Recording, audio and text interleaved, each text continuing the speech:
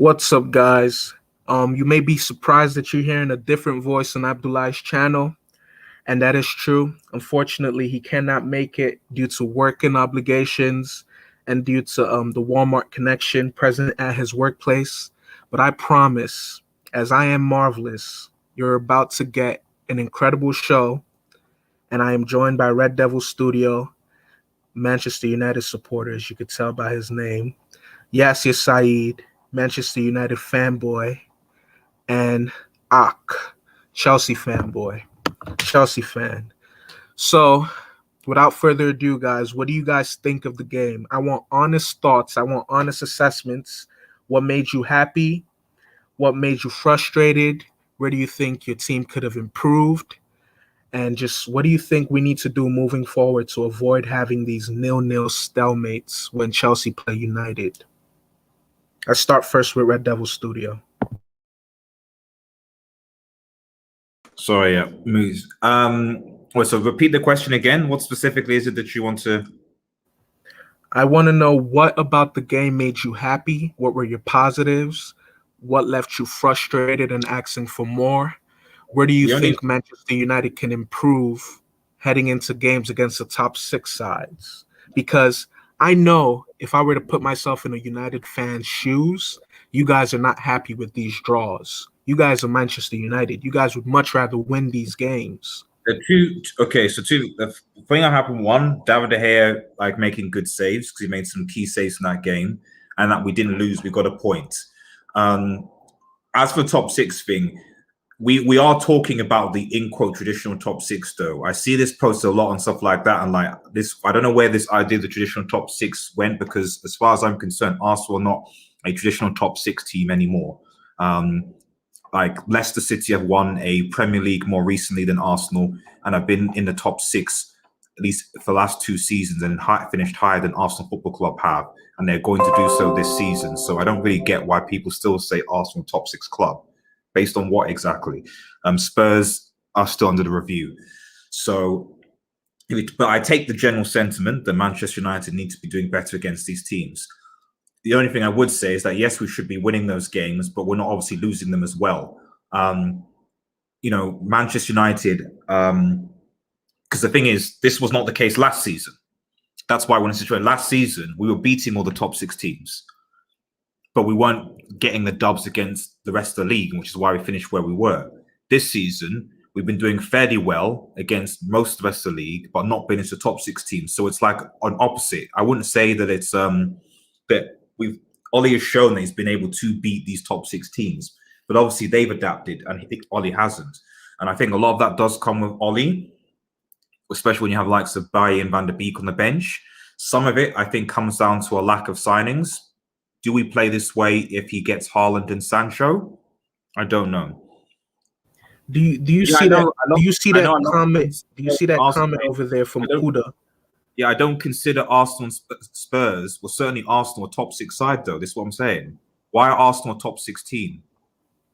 Well, I think when people make that bold statement and they say the top six, they mean what they have over the years viewed as the traditional top six. They would say Arsenal, even though in my opinion, Red Devil, in my opinion, Arsenal are not a top six club. Ooh. But people would say traditionally it's Arsenal, it's Liverpool, it's Manchester United, it's Manchester City, it's Chelsea, and it's Tottenham. I think they mean big six. Some of the top six team when they haven't won the league since 2004. If they say Arsenal, they mean big six, probably. Yeah, but when they haven't won the league since 2004. I understand I understand your perspective because I agree with it. But when I use the word traditional, it just means like over time, history has trained people to think that these are the top six club. But if we go based on performance, Arsenal is no way, no how a top six club. Yeah. Now, Red Devil. It's about the context of the league. So I'm just saying it's about the context of the league as well, because yes, okay, we haven't beat Arsenal or Spurs, but obviously the teams that are where they are in the context of the league are clearly teams that are better form. So I get it. We definitely should be doing better against the Cities, Liverpools, etc. But we also have to look at all the other teams around that, the West Ham, Villa, Everton, etc., and so on, teams that are doing better this season. And have the... Let me just say this, Red Devil. Hold that thought. Yeah, Hold that thought, because I want to explore it. Everyone in the live, everyone watching the stream, all 7 of you, Damien, Kuda, Axlam, I would love and I would appreciate it if you guys just shared the video, like the video, hit that subscribe button if you haven't subscribed. Abdullah is going to be putting out a lot more content for you guys, a lot more edits, a lot more reactions, and he's really trying to take the channel to the next level, but he cannot do that without your support. So if you're in the live chat, if you're watching the stream, if you're just coming by and you happen to come across this video, like and subscribe. I really appreciate it. And send in your questions. I'll have the panel answer it as immediately as I see it. Yeah, the Red Devil, go ahead. Yeah, so I guess my point is that like with a lot of these things, like it's about context at the end of the day. So, and every context of the league is different. So for me, yes, Manchester City United struggled against the in quote traditional top 6. But the reality is, as far as the league is concerned, this is another argument that people using against Bruno, for example. Bruno's a crap player because he hasn't turned up against traditional top 6, despite the fact that he scored, has the most assists in the league, and is the second highest goal scorer for midfielder, and he only costs 40 million. But he's crap. It's logic like that I don't really understand. It's like fundamentally, like the season is like a 38 game season, and it's about consistency. And also it's about the team. So United are where they are, a second in league, because whether you like it or not, they've been the most consistent in the league. I don't give a crap if you beat Manchester City and Liverpool and Arsenal 4-5-0 if you're losing to Sheffield United, West Brom, Leicester, Everton, every other team. That was my thing last season. I was like, yeah, it was great we're beating City and stuff, but we weren't seeing off the smaller teams, so yeah, it didn't make it. It didn't really make a difference. I think last season, United partially suffered from this illness, this disease, where they would come up with these amazing results against the traditional top 6, and then they couldn't just hold their pants together whenever they would come across a low league side, which is a psychological issue, if you would ask me, where they have no problems getting pumped up and riled up when they come against a top team. But against another team who's like in the bottom half, they get relaxed. They tend to just take things for granted, and they ultimately lose. Now, there's a comment that piques my interest in the live chat. Let me just see if I can bring it up. I would love for you to just briefly, Red Devil, give me your opinion on this, and then I'll go to Yasir Saeed before I come to the Chelsea boys. This comment right here. Mount, Rashford, Martial, Greenwood are killing their clubs to be top clubs. Enough of the endless support. Time and investment spent on their learning curve will never pay off. So I think what he's trying to say is having faith in these young players, these youth players, these players from the academy is killing both Chelsea and United, because rather than spend the money to acquire top talent who are already in their prime, we're giving these people time. The difference between Chelsea and United is that you will spend money, though, which is what you did in the summer. We know, every United fan knows, Ole Gunnar Solskjaer wanted Erling Haaland and he wanted Jadon Sancho. We could have got those 2 players, even Bellingham if you add those 3 players that are Dortmund right now, Bellingham, Jadon Sancho, Erling Haaland. Ole wanted those players. He said, go and get those players. Instead, we got Van der Beek and a rush deal for Cavani. That was it. And then obviously Amad Diallo was just a youth product. So it's not so much that like it's about endless support or time and investment, etc. It's that like, well, he's not getting the players anyway. There's no choice. Like if he got Sancho, do you think he'd be playing Daniel James on the right? Of course he wouldn't. Would he be playing Martial if he got Haaland up front? Of course he wouldn't. But he'll never get, and that's why, like, even though I still think that Ole, I think fundamentally has taken United as far as he could go, the reality is that this board, as I'm sure Yasir will say, will not actually. We're not Chelsea, where we know that you guys can spend, can get the players, and make 8 or 9 signings in one transfer window. we haven't had a proper right winger for 8 years. I think Valencia, was the closest. So it's not so much the fact that like we are. Fun fact. Yeah, go on. Antonio Valencia, in my humble opinion, was never United caliber. He was United caliber. First two seasons, it was all right, but I do agree ultimately. But again, this is what I'm saying. It's just like, when you actually look back and we look at all the signs that we had, especially when the Glazers took over Manchester United, like we made high sales and made cheap ass signings, and we were relying on the magic of Sir Alex Ferguson to make some of these players better. Yeah, I remember when you saw Ronaldo. Okay, Yasser, jump in. Yasser, come in. Yes. Your thoughts on the game, what you loved about it, what frustrated you, and then you reply to marvelous. Right. Bilton, man. I know you're in the chat. I know you're listening to me. It's like, how good is Bruno? KDB is clear Bruno. Okay, let me before I get to Bilton, we're gonna get to how good Bruno is. I want to come there because I actually feel that Bruno is better than people give him credit for, even though I feel he's not as good as people think he is. I think he's in that complicated spot where he's incredibly overrated by Manchester United fans, and he's incredibly underrated by rival fans. But we'll get to it. Let Yasser talk, but we'll get to it. So, to be honest, I came on to the preview. Was it yesterday that we did the preview, guys? And everyone picked. I feel like Chelsea fans, you guys picked you guys to win. I don't know, Red Devil, what you predicted yesterday, but I predicted a draw. I predicted a draw. I actually predicted a score draw, but it's because at this point in time, the season is the crazy season that we kind of fell in love with in the beginning of the year towards like up to the new year. It's becoming more predictable as the time goes on.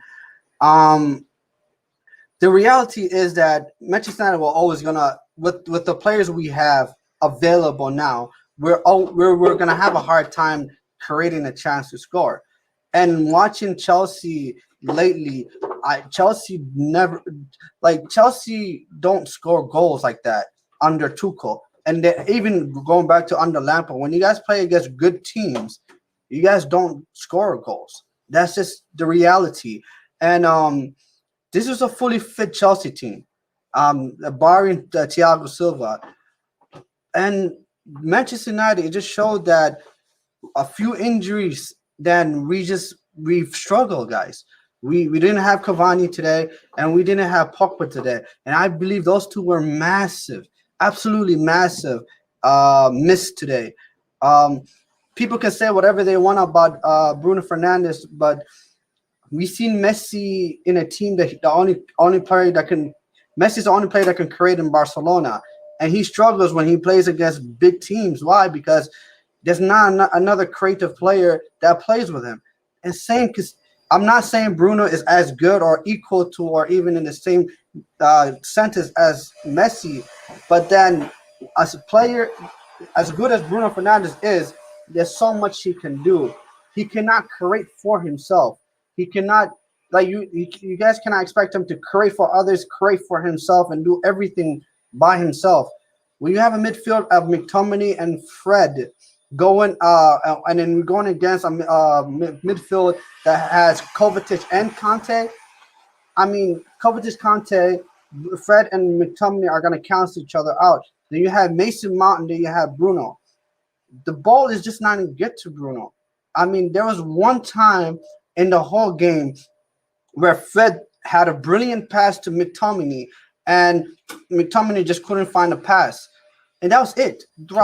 Can I just say this really quickly? Yes, yeah. Yeah. The midfield combination of having Fred and McTominay behind Bruno Fernandes is nothing but wretchedness and poverty. Yes. That midfield is impoverished. Yes. And to just bounce on your comment of you saying Kante and Kovacic. I actually wanted Jorginho to start Exactly. Marvelous. because You made a great in point. my opinion, and this is just as an aside. I'm gonna let you get back to your point before I come over to the Chelsea guys. I feel as though had Jorginho played this game, we win. Yes. Yes. I mean, Carry on. 110% Marvelous, because I even, like you said it, I was watching this game and I was like, you know what? I read the fact that Marvelous, when we had the preview that you said Jorginho should start, I was like, I understand this now. I understand why he was saying this, because they're just the passing. You need a passer. You need someone in midfield that can pass the ball. And McTominay and Fred are not great passers. They're just not. And you have Bruno Fernandes that is playing so high up. So I interrupt you, as Yasir. To be fair to Fred today, let's be real. Bruno Fernandes' passing today wasn't that great, and Fred arguably was a better passer today than Bruno was. But I take your point in general. Go on. Yeah, but I understand that, but it comes down with Bruno Fernandes at times, and in these big games, what I see is like he overcomplicates and he overdoes it.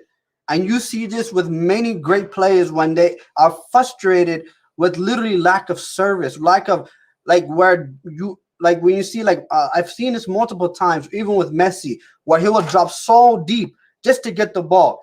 That should never happen. And I feel like it or not, the player that's so crucial to Man United is Paul Pogba, because Paul Pogba is the only player we have.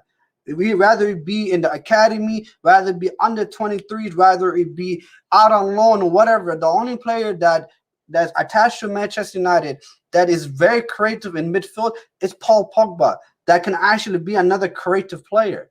So, to be honest, the way this game went, I'm not gonna lie to you guys, I was actually satisfied with the way this game went, because in my opinion, I look at the players we had out. They did the best they could. I mean, other than Tosin and maybe Van de Beek, but Van de Beek just came back from injury, and for whatever, and so I mean, there's like literally like nothing else we can possibly do. We didn't have a Pulisic that will come off the bench. We didn't have a Kai Havertz that will come off the bench.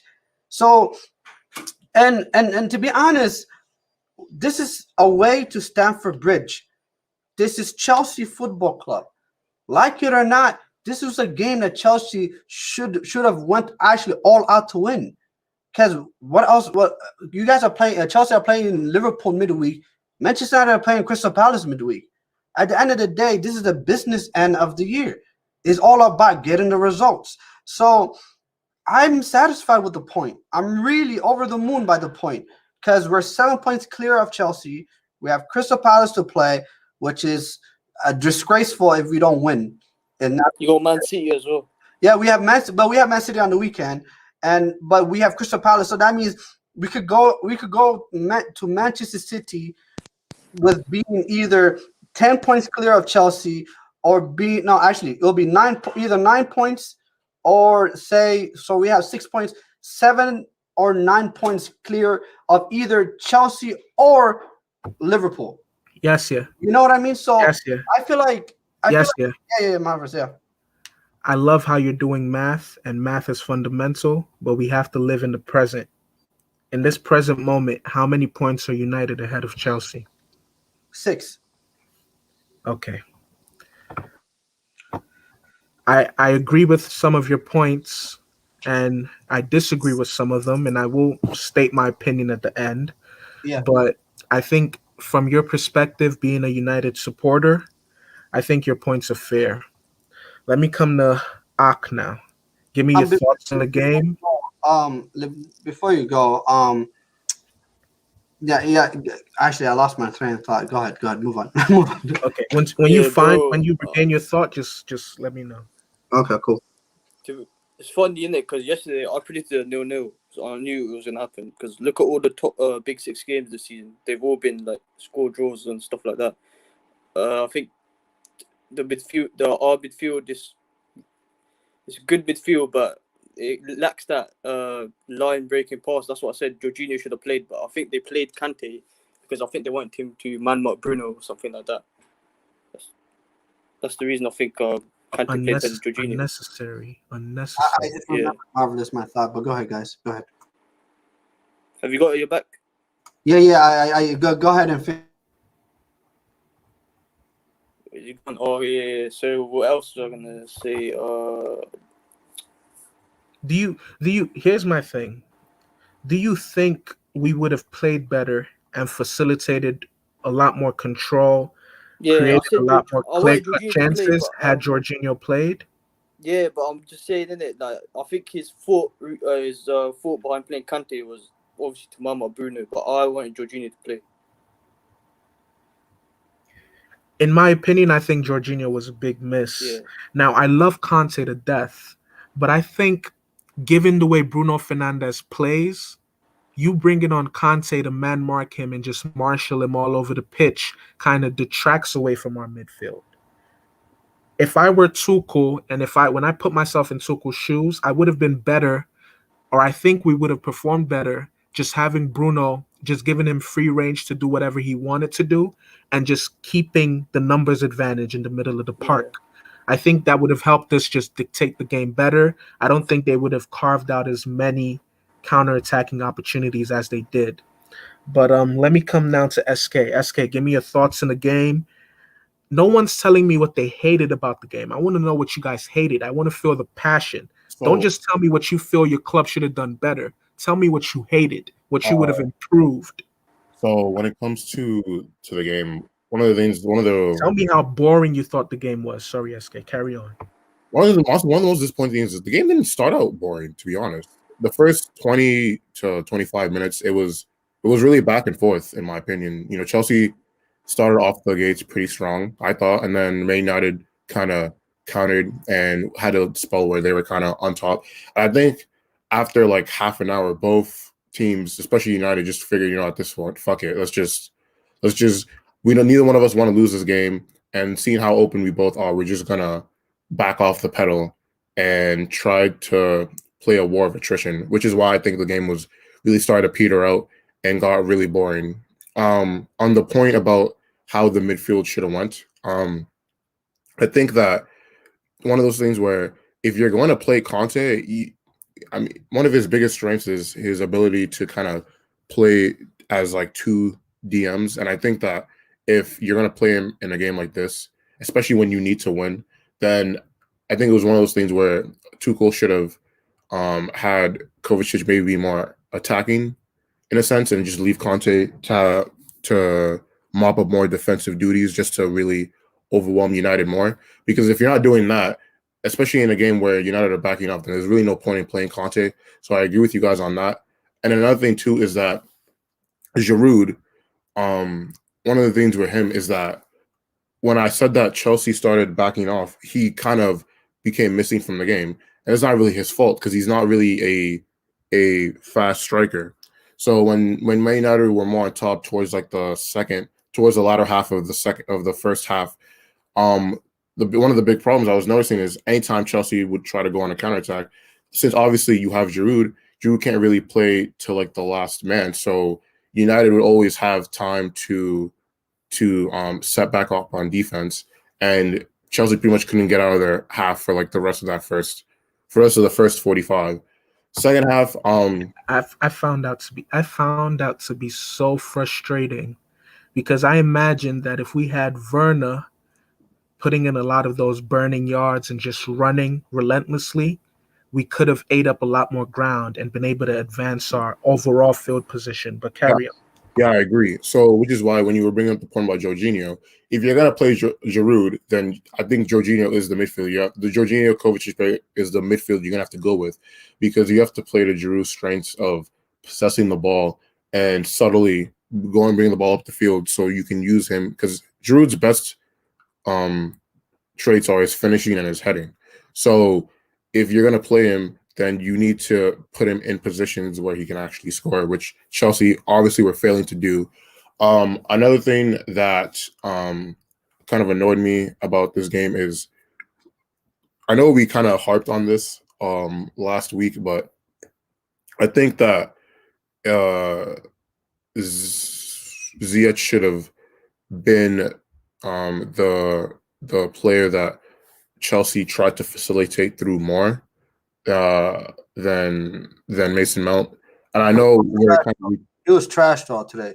I Team Ziyech was absolutely dog shit today. Listen, Oh my! yes, yeah. Don't worry. I have the first shovel, and I'm digging when we're burying Ziyech because he looked atrocious today. And the thing with me is, I want our critique to be productive. Ziyech is not performing at his best for Chelsea. I give partial blame to Lampard. We'll get to it later in the show. I give partial blame to Lampard, and part of the blame also falls on the player himself. But when we get to the Ziyech and his underwhelming performances, I have the first shovel and I'm digging his grave. Because unlike most Chelsea fans, I'm extremely objective and I come with the facts. SK, carry on and just round up so I can give my thoughts and then. all right, no problem. So overall, yeah, just all I have to say on the game is the game started off okay, and then both teams just decided to say screw it because they didn't want to lose. And I think that Chelsea, this is obviously more negative towards Chelsea because they needed the win more because they're in a lower position and Liverpool are only like a couple points behind. And they play Liverpool, is it midweek or next weekend? Thursday. And Chelsea and Liverpool have a poor home record at the moment. And you know how Chelsea loves to lose to teams that are doing poorly. So I don't know, but yeah, this game was, it just wasn't good. That's my opinion. You guys want to hear my thoughts on the game? Yeah. Go all out, man. All out. You guys want to hear my extreme disappointment and sadness and hurt at what I just witnessed? Yeah, bro. You guys want to hear how unfulfilled? Marvelous. Before you go, let me ask you a question, bro. Go ahead. Because they say hindsight is 20/20. Yeah. But if Giroud does not score that beautiful goal, do Chelsea beat Atletico? I'm going to give you two answers. I'll give you the honest answer, and I'll give you the Chelsea answer, the Chelsea supporter answer. The honest answer, if Giroud does not score that wonder goal, we leave the stadium a 0-0 stalemate, 0-0. And we leave in a position that favors Atletico, that gives them the upper hand heading into the second leg. The Chelsea answer is, of course, we were going to find a way. We had dominated possession. Atletico had 8 men behind the ball. It was only a matter of time. If we had kept dictating the play, if Jovicic kept on doing what they were doing and just moving in tandem and orchestrating, we were going to find a way, either by mishap, either through a wonder goal, either through a brilliant piece of play. We were going to find a way. So, honestly, I think it would have ended 0-0, but the Chelsea fan within me tells me that we would have found a way regardless. But let me carry on with the statement that I made. I think this game was just a shit show, for lack of a better word. 60, 70 minutes in, I found myself struggling between falling asleep and being awake. And it wasn't because teams weren't trying to do things. I think both sides were trying to do something, but the execution was lacking. I have a thing with Ole where I feel like he sets his teams up for draws in certain games. I feel like he sometimes self-sabotages United. And a lot of United fans never talk about it because they're okay with the 1 point. If Ole dared to risk this game, given the conservative approach that Tuchel took, I think Manchester United could have scored 1 or 2 goals, to be fair. Now, from Chelsea's point of view, Jorginho needed to be in that midfield. And I can even make an argument for Werner, because I feel that if Jorginho was in there, we dictate a lot better. We're able to have better control over the amount of counterattacks that United launch against us. We're able to recycle the ball better. The ball flows better. Hudson-Odoi, come on, man. I know that he's incredibly talented and people rate him highly, but sometimes he is so disappointing. And I say that from the bottom of my heart because I know Chelsea fans see the massive potential that he has. But, we talk about Mount and his decision making. At some point, we're going to have a conversation about Hudson-Odoi and his decision making because sometimes it's just poor. It's just poor. If the VAR gods had favored United today and they got that penalty called for them, we would be looking at a loss here as Chelsea fans. Which was a penalty, by the way? Shh, mute. Don't make me start muting mics here. I say that to say I am tired of watching wretched, sickly, starved, dried up, wretched, just poor football. I want to watch football where clubs aren't afraid to go at each other, where clubs aren't afraid to take risks, where clubs are willing to risk the 1 point in order to get 3 points. Yeah, but that's the onus on you as the home side to do that, though, not the away side. So if you're the home side, it's on you to go out and do the entertaining and stuff, not necessarily the guy. So do you say that to admit that Manchester United away from home at another top club don't have a shared onus to where they can go out and attack? Yes, is that what Red Devil is telling me right now? That when Manchester United go to another top club's home stadium, they have to wait for the other top club to come around? No, but then Marvelous, Red Devil has a point. And here's he has a point, but my point is his point valid? Because we're not talking about Everton, we're talking about Manchester United. But here's the thing, So though. at some point, it doesn't matter. At some point that they It doesn't have matter. a title challenge. You're saying a key point was earlier season with Manchester City. Manchester City came to Old Trafford. What did Pep Guardiola do? Did he go out, play wonderful football, players to the park? No, it was early in the season. He didn't want to lose, and so he arguably, effectively, parked the bus against Manchester United and didn't go all out either. I was frustrated at Manchester United because at least as the home side, you at the very least need to go and try and play football. So if I see that type of football at home, then there's reason to be annoyed. But away from home, just like any other team around Europe, that's reasonable. There's no obligation for the away side to go out and play football, especially if that home side says, "Oh, okay, yeah, you can play football. We'll just defend deep, come back and counter-attack, or just wait for you to make a mistake." But Marvelous, also, just to add on to Red Devil's point, last season, Manchester United only beat Lampard 3 times, which includes twice he beat him home and away. And we beat Manchester City at home and away. Do you know, let's be honest, if I'm going to tell you guys how, so saying that, we finished the season 3rd place.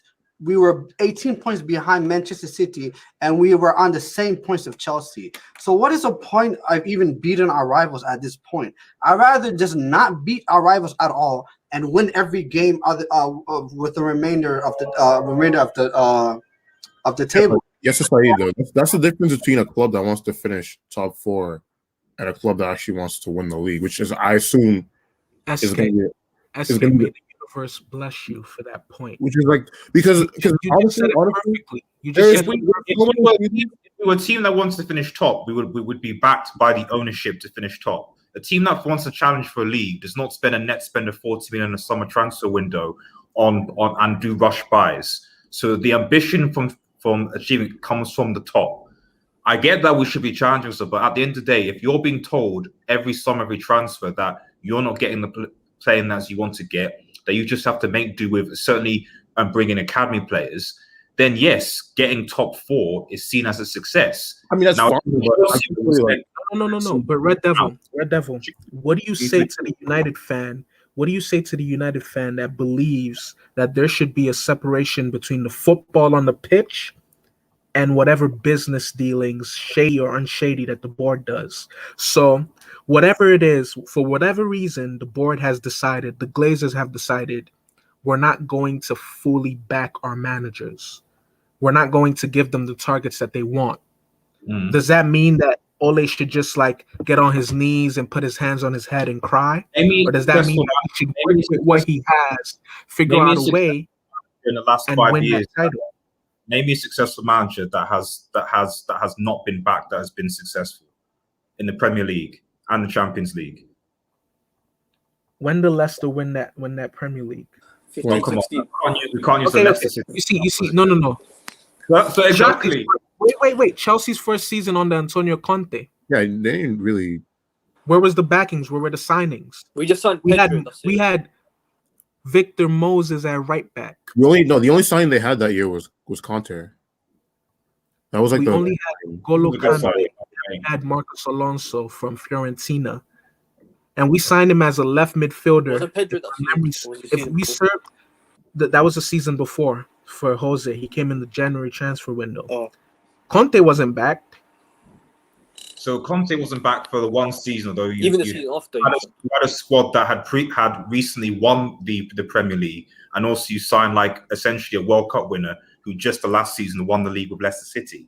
I'm not saying he had like backed in a sense of Lampard back, because no one's been backed in the sense of Lampard back. But the point I'm trying to make is that we're using one example, and that's the example. Okay, fine. And I'd still say he still had inherited a good squad and were backed. But still, in general, the reality is that the majority of the teams that have been competing for the major trophies have had good financial backing and support from the peers. You can't avoid, I'd tell that United fan, you can't avoid what's going on up ahead with the football going on the ground, because season on season, especially in the Premier League, teams are getting better, teams are performing, teams don't just stay static.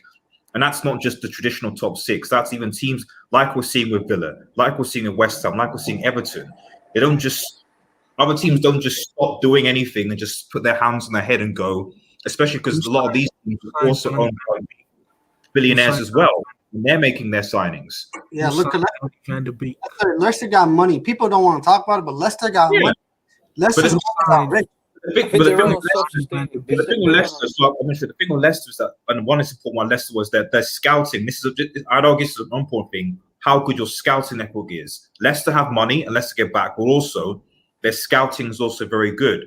So the combination of you having someone as a good director of football can scout key players that fit and work with the manager that you have, on top of good investment, is how you become successful as a football club. Who signed Donny Van de Beek?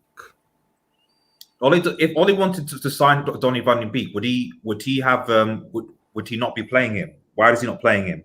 Yeah, and I'm asking the question: who signed him? Oh, the Glazers or whatever, because presumably he was like, I want this player, and you go, no, you're not getting this player. You have to have this player.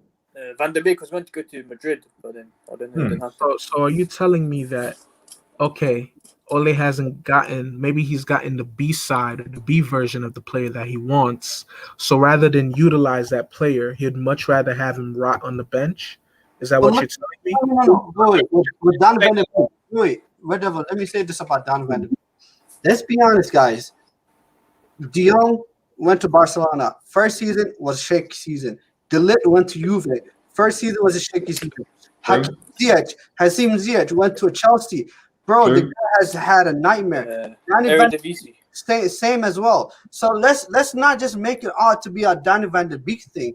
Yes, Ollie should be using them, but then the words that coming out of Ollie's mouth is that he's not. This season is not the season where he's gonna play Donny Van de Beek day in, day out. This is a season where Donny's gonna get situated with the league. So I mean, if Yasser, come on, Chelsea, you guys spent 200 million plus this summer, and United are still ahead of you guys. Now, I'm not going in about Lampard this or Tuchel that or something like that. You've had the quality already, you know, to at least perform better than you are performing. Tactics or no tactics, the players are there. The players are experienced. Like people are talking like Ziyech is like who's 27 is like a potential, like Mason Greenwood. No, Ziyech is a Champions League semi-finalist. You should be able to put in some decent crosses, whoever the manager is. You know, so you're 100% right. Think about it this way. Let's just think about it in a simpler way for people, for people that really have a hard time understanding what Red Devil is saying. Manchester United and Chelsea finished level on points with 66 points. One team spent 200 million on their squad, and Manchester United are 6 points ahead of Chelsea. How does that even make sense? How does that make sense? Yes, one team had a man named Frank Lampard. And we have a man named Ollie. Yeah, but Chelsea have had the. Listen, I've always said, and you guys can check the tapes, even going back to Have Hope's channel. I've always considered Ole to be a better manager than Lampard. And this is my reason. As of now, present day, February 28th, 2021, because Ole has a lot more experience at managing at different levels at football, going back to Molde or Molde FC, Molde, he is the better manager. He's been in a lot more situations that have called for his expertise. He's been in a lot more results. He's had to grind more. He's had to do more. He's had to come up with a lot more solutions for footballing problems. Lampard hasn't. Lampard had everything handed to him on a plate, whether it be at Derby County, coming to Chelsea. So Ole, by default, is the better manager. So I always believed that we were at a disadvantage. My what's whole Tuchel's- thing with Lampard was this. What's Tuchel's I excuse, think- though, now? But Tuchel Tuchel, Yeah, doesn't yeah. have an excuse. He hasn't lost the game. Wait, marvelous. Red Devil Tuchel has no excuse. is a good point. Trust me, if Tuchel underperforms, I have the first shovel and I'm digging. Trust me. But here's, That's here's, it. Go ahead. here's the thing, guys. Regardless what anyone thinks about Ole, the reality is that Ole Gunnar Solskjaer, somehow, some way, Liverpool fans could say they have all these injuries. Chelsea could say that they sacked Lampard. Arsenal could say that they're shit. The Spurs could say whatever they want. Ole Gunnar Solskjaer had Manchester United at almost comfortably as second, and second in the league, second to a Manchester City team that I believe is head and shoulders above everybody else. So, in my opinion, it's like, okay, I don't think Ole Gunnar Solskjaer is this great manager, great tactician. I'm not saying that at all.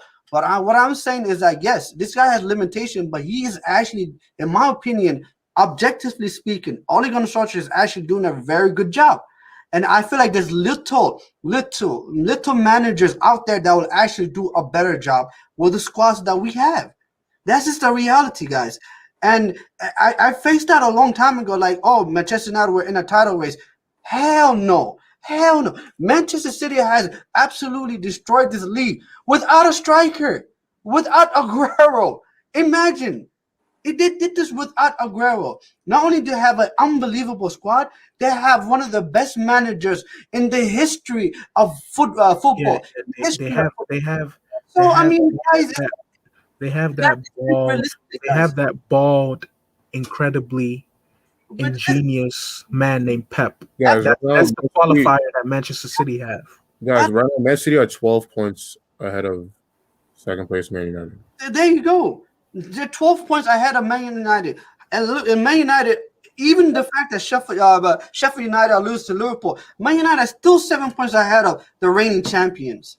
And then, I mean, I'm just saying, us fans sometimes we're very, very emotional, and our emotions kind of carry us into a world that's called fantasy world. But in this world that we live in, then that's reality. Let's not kid ourselves. There's a legendary manager, and these guys have a legendary board.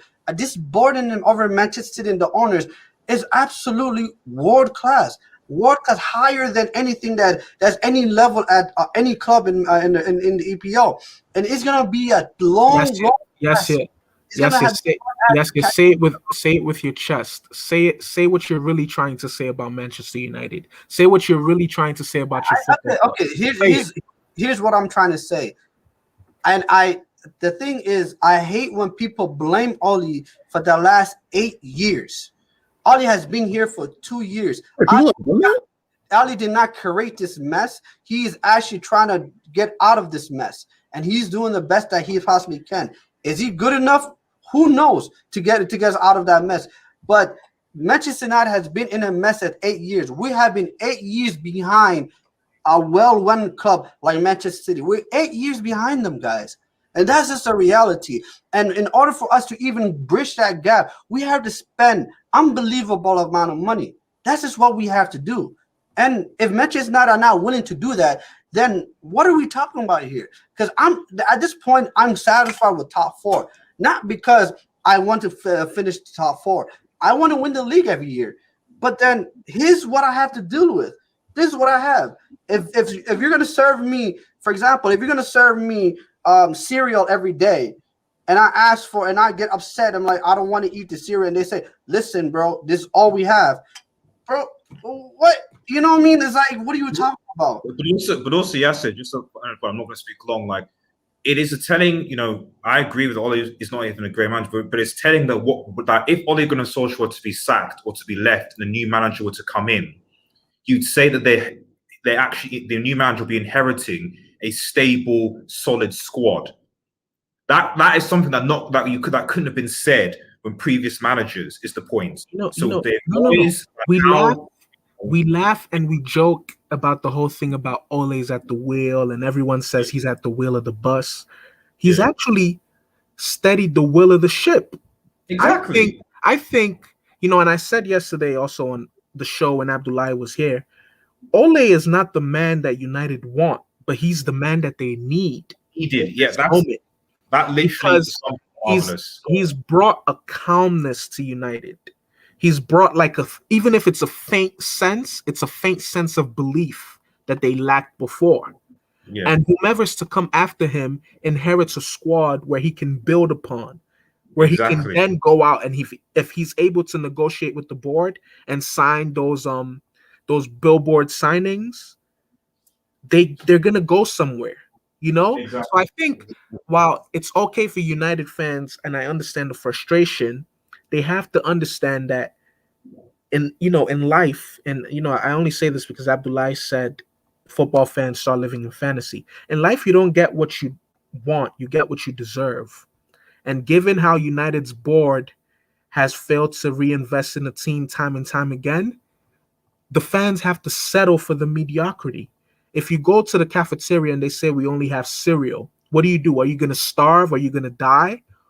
Or you're either going to take the cereal, right? Or you're going to knock out the lady behind the kitchen and go there and whip something up yourself. So United fans are getting what they deserve as a result of the board's shortcomings. Ak.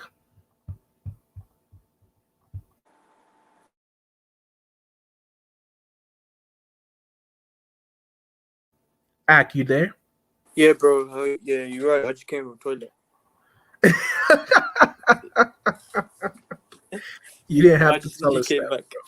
Yeah. Ak and SK, I have a question for you guys because now we've arrived on the Ziyech topic, and just give me a second to change this banner that I have up currently. What do you think it would take for us to get Ziyech? Not only Ziyech. When I say Ziyech, I also put him in part with Werner. I put him in part with Pulisic. I put him in part with Havertz. The multitude of attacking talent that we have at the club. Hudson-Odoi. What do you think it will take for us to get them at their best, to get them firing on all cylinders, to get them performing the way we know they can perform week in, week out? Because in this moment, when you write out the names of the attacking players, the attacking talents that we have at the football club, when you write it out on paper, it looks incredible. My God. It looks brilliant. But when you see it on the pitch, it looks like poverty. Yeah. Tell me what you guys think we need to do. Well, there's a part of me that says that all the Ajax players that went to their clubs are struggling the first season, but I don't think we can make that excuse for him because he's 28. But I don't know, man. I think he's used to having a lot of space in the league that he played at previously, but the thing is, he keeps on losing the ball and stuff. We thought he would be that creative outlet, but he's not really doing that. I think his strongest asset is his crossing, and with Werner, I think, bro, he's not a lone number 9. He needs Leipzig. He had a target man next to him, Yusuf Poulsen. So we expected exactly our signings. We had no plans with them. See, that's a good point. Yeah, basically, we had no plans with them because we bought Werner, thought he was going to be a lone striker. We bought all these Hollywood signings, and bro, there's lack of planning. That's my thoughts, man. Yeah, and then now I'm like, every time I'm on the stream, I like talk about signing Haaland and Jadon Sancho, and I'm like, I mean, like, I feel like you guys are making Yeah, a lot after that summer, I'm not getting excited for another big signing, bro. because it's like, let's be honest, guys. I think Chelsea's biggest problem is creativity. And Yeah, plus with the create enough Havertz, from with midfield. the Havertz thing, he's not a midfielder. I think Tuchel was saying that he's like in between number 9 and number 10. So we were playing in midfield this whole time. I think he's a Rome Dieter or something like that. That's where like similar to where like Thomas Muller plays. I think he's that position. Yeah. I just feel like you guys need a creative player. I mean, for me, We need a deep line playmaker. That's what some people are saying. any playmaker. Can I just interject real quick, guys? Hold your thoughts. And SK, I want you to just put together your thoughts because I'm going to come to you shortly. But do you guys remember when Gareth Bale left Tottenham? Yeah, they bought. Yeah, I remember that they spent a lot. I want you guys to yeah. have that in mind because I'm going to equate it to Eden Hazard leaving Chelsea. I'm going to read out 7 players that Tottenham signed to replace Gareth Bale that they bought with his money, with the money that they received Yeah, from the I transfer, remember that. I remember that. Yeah. and how massively those players flopped for Tottenham. They signed Christian Eriksen. Well, he didn't flop. I think he had a solid career for them. They signed Nasser Chadli, flop. Flop.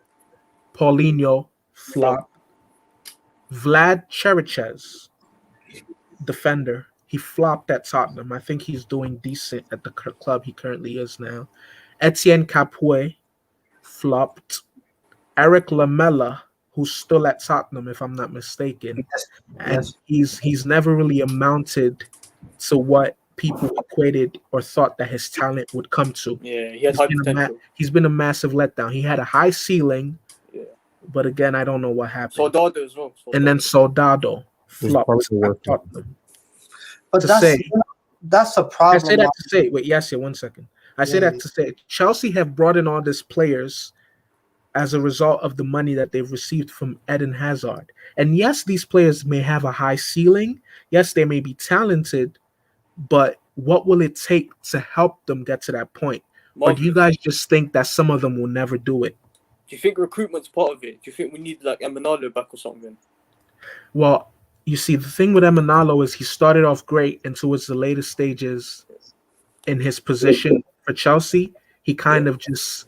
No, it's when they signed Mourinho back, he just wanted to leave because he knew all the young players that he recruited, they were just going to go to waste. Like Belgium. So I think that kind of affected him, and he didn't really do his job to the best of his ability. I think he took good advantage of the Belgium market as well.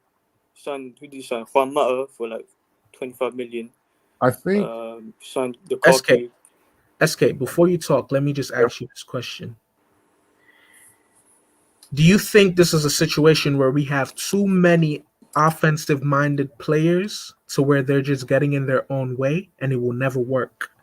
But I want you to give me as nuanced a perspective as you can. Just be as objective and as real as you can.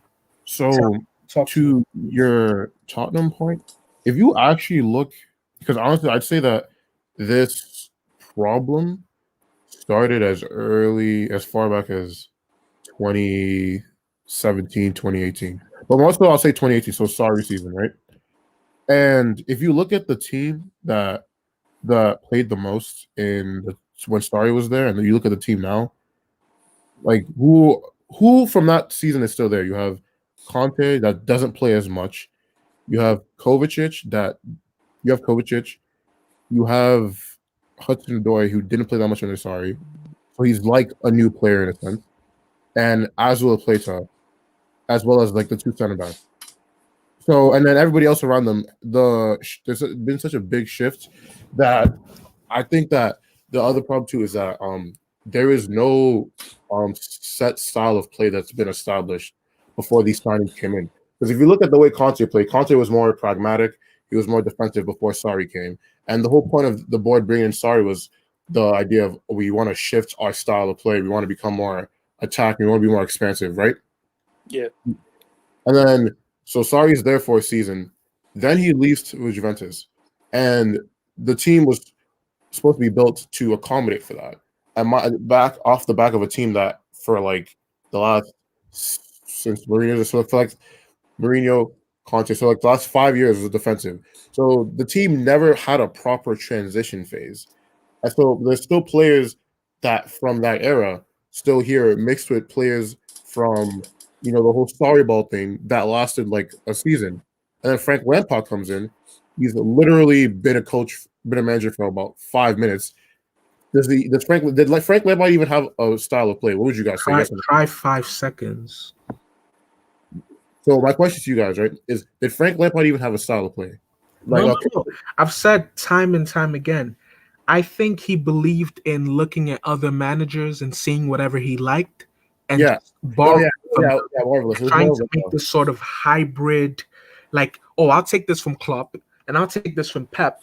And I'll take this from Mourinho. I'll take this from Brendan Rodgers. And he was trying to just create this hybrid playing style where he ended up being a jack of all trades, master of none. Exactly. He didn't really do anything well. So for pretty much 3 seasons, you went from transitioning to one system to transition to another system to having a manager that didn't even have a system in the first place. And then Tuchel has been in for 9-10 games at this point. So you've been recycling players. So there's been no set style of play. And then you're bringing in players from, that have gone under different managers and stuff. And as we've pointed out, each of those players that have been doing well so far have distinct styles of players that is different to them. Werner likes to play off, a big striker. Ziyech likes to play with a lot of space in Eredivisie. Havertz plays off ball a lot for someone that's supposed to be a midfielder. So that's like so many contrasting styles, and you just bring that out to one team that doesn't even have a set style in the first place. There's going to be a huge teething problem. So to answer your first question, Marvelous, I think what this team needs, honestly, just a preseason. They you have to keep in mind with COVID, there's no preseason, and then Lampard, as very established, didn't really know what he was doing, and now Tuchel's in right now for less than 10 games. So as far as I'm concerned, this team hasn't even had a chance to really embed.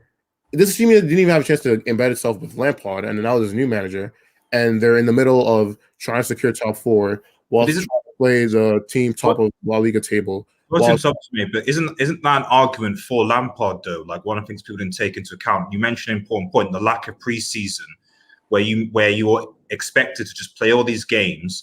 The players have not had all these 8 or 9 signings, have had little to no opportunity to gel. That's a fair point. I went back and rewatched a few of those Chelsea games. Well, not even a few. A lot of those Chelsea games under Lampard. And trust me when I say this, Red Devil, Lampard would not have gotten it right anytime soon. Like the Leicester game is the biggest indication of that. Yeah, that was the biggest one. But yeah, Red Devil, you said you have to go. Yeah, I have to. Is there anything you want me to have a quick opinion on before I leave, or we're good? 100% unedited, unfiltered, no holds barred opinion on Hakim Ziyech. I guess what I would say is that he shouldn't be talked about in terms of potential. So that is kind of like my point that I made a while back. And the dude's 27 now. He's turned 28 next month, I think. Yeah. So you can't really be talking about a player that's turned 28 who's supposed to be in the prime of his career in terms of potential. We need to be talking about in terms of delivering. So maybe. This season has been weird for Chelsea, and he's obviously had multiple injuries, but I did say that Chelsea fans before he was signed, I said, from what I've seen of Hakim Ziyech and Christian Pulisic in particular, they do look like they are injury prone. They've had issues with injuries, so you were going to be getting that. So for me, Hakim Ziyech is definitely a talented football player, and I think that he can do great things at Chelsea. But why I think that this might be an issue is that he's injury prone. I don't think he'll be fit for full season next season. And he's now 28. So what is it that Chelsea fans want? This is a guy that you can't wait to go into form. He's already supposed to be in his prime now. So what is it that you Chelsea fans expect him to do or to deliver in terms of assists, in terms of goal contributions? Because if he's not doing that much now, even if he does improve slightly, how much more can he improve? I think he'll get sold during the summer. You think he'll be sold? Yeah, because there's rumours, isn't it, that he wants to leave and stuff. That it's him and Pulisic, between them two, I think Ziyech will get sold. Fair enough. I mean, there's There's rumors. rumors going around and stuff in it. So. Yeah. Yeah, and like one more thing, like Red Devil, to your point about Frank Lampard. Yeah. I mean, even last season, I never thought he was that good last season either. Yeah. Like, and the only reason Chelsea would finish top 4 last season is because Leicester literally, like, just threw it away in like the last 5 matches.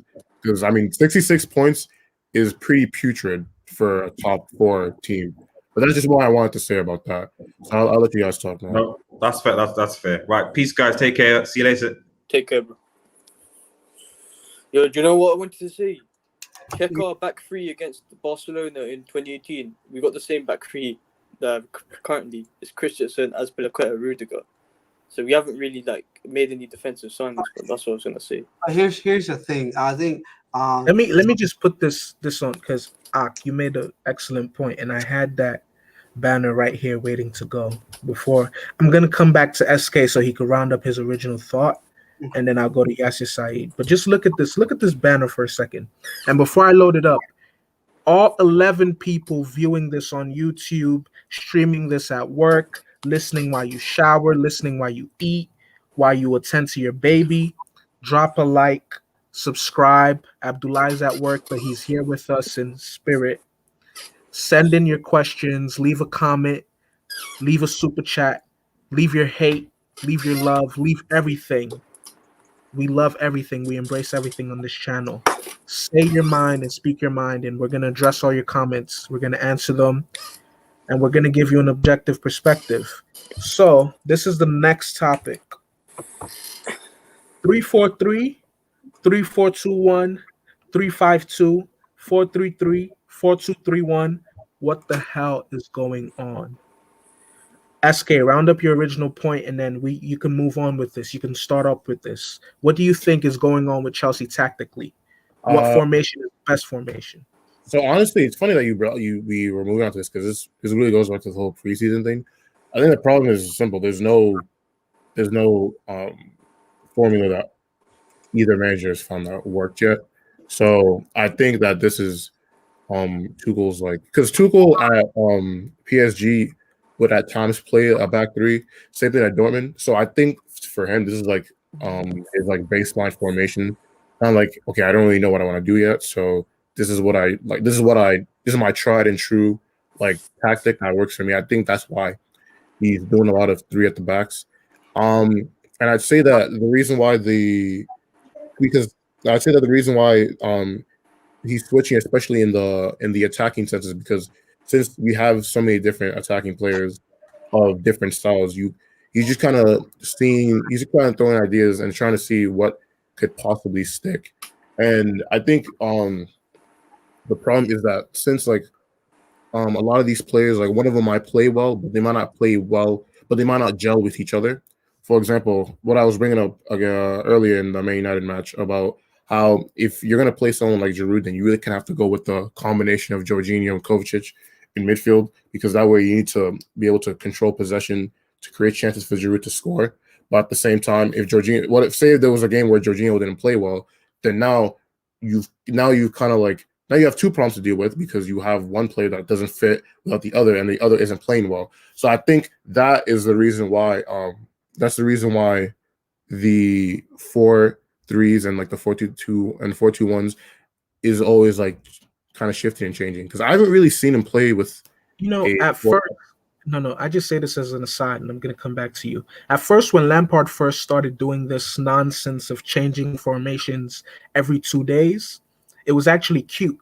It came across as, he's actually trying to find the best fit for the team, or it's a work process. But now, these formations are starting to read like math equations, and I hate math. So I don't know what the hell is going on. So you're just talking. So you were just talking in general, not just. No. I mean as a whole, because Tuchel. As a whole, while I agree with you, Tuchel is trying to find what sticks and what works and the right way to lead the team forward. He's slowly edging into the territory where Lampard was at 9 months ago. Where Lampard's convenient excuse was, I'm trying to figure out what works. These are different players. I have to accommodate everyone. Okay. If that's your case, Marvelous, then I'd say that it all goes back to the first thing I said about how the players that they have so many different players, but there's no style of play that's been established anymore, then there's no really set way of playing. And what I'd say to that is because I mean the formation is one thing, but but the actions that you give the players to do, the actual tactics of what you're telling them to do on the pitch is gonna showcase what kind of style you're going to play. Because two teams could have the exact same formation, but one of them is playing like possession style, and the other is just trying to counterattack. So I think the possession, holding, defensive, or attacking. Go ahead. So The yeah, same so formation can be played in four Exactly. different ways. So Yeah. I think the problem is that, like I said, you have a whole bunch of players, but there was no style of play and then you brought in a rookie manager, so he has no base to go off of. A good example of how important this is, right? I know it's going to sound really mundane when I say, when you look at when Roberto Martinez, I know it's really random, first took over Everton that first year, and they had like 72 points. What were they doing? They were attacking and they were good defensively because the year before, the defensive base that David Moyes left before he went to Man United, Roberto Martinez just built upon that because the base was already there and made them more attacking. And then slowly, as the team became more his, the defensive solidity that they used to have chipped away and they were leaking goals. I think it's pretty much that, but more extreme because there was no style to take over from in the first place. And he's kind of just trying to, and he doesn't really know what he's doing. He doesn't have a style that he feels comfortable working with. So he kind of just like, well, what the hell? I'm going to have to like do a whole bunch of shit. And clearly I didn't ever thought it worked last year and they got lucky and they weren't really getting lucky this year. And now he's not here anymore. Pretty much that's my summary of that. Well said. Ak, give me your thoughts. Unbiased and objective. Yeah, with Are you all these- tired? Are you tired of changing to all these numbers, punching in all these numbers on the tactical board? Do you just want one formation, stick with it, make it work? Well, I think Tuchel, he's an adaptive manager. I think he has more formations. I think the reason he's playing this 3-4-2-1, I think it is because he's adapting to the players that we have this season. But I think next season he'll stick to one formation. Actually, I think he'll have two formations for like one for maybe some games, one for the others. But for this season, it's just I think his objective is just to win games. That's it. But I think next season we'll see a four at the back, presumably. And I think with PSG, I think people are a bit unfair because he couldn't really imprint his style on that team. You're not going to tell Neymar and Mbappe to be wing backs or something like that. You're going to give them roles and stuff. That's my thoughts, man. Okay, but here's my thing. Yeah. Here's my thing. If you play 3-4-3 or 3-4-2-1 or 3-5-2, there has to be something that you're trying to do, either defensively or offensively. Now, I will agree that playing three at the back under Tuchel, we've looked very solid defensively, but our offense, the goals have dried up. You see, we were already starving and thirsty for goals as a fan base. The goals were already dripping. We were getting like 2 goals per game at max. But now it's like, are we even going to get a goal if it's not a penalty? Now the goals have so far dried up that I'm just like, man, if you're going to have to play 4-2-4 to where if they score 3, we score 4 goals. If they score 2, we score 3, then do it. Because we're not maximizing the offensive talent that we have at the club. Well, and that to me, do you think it's a formation problem or is it just the players? I think it's a case, and I don't know which one of you I said this to. It may have been Yasia. I think it's a case where we've signed too many offensive players that do the same thing to where they can't get out of their own way to even create or facilitate. Because I read something.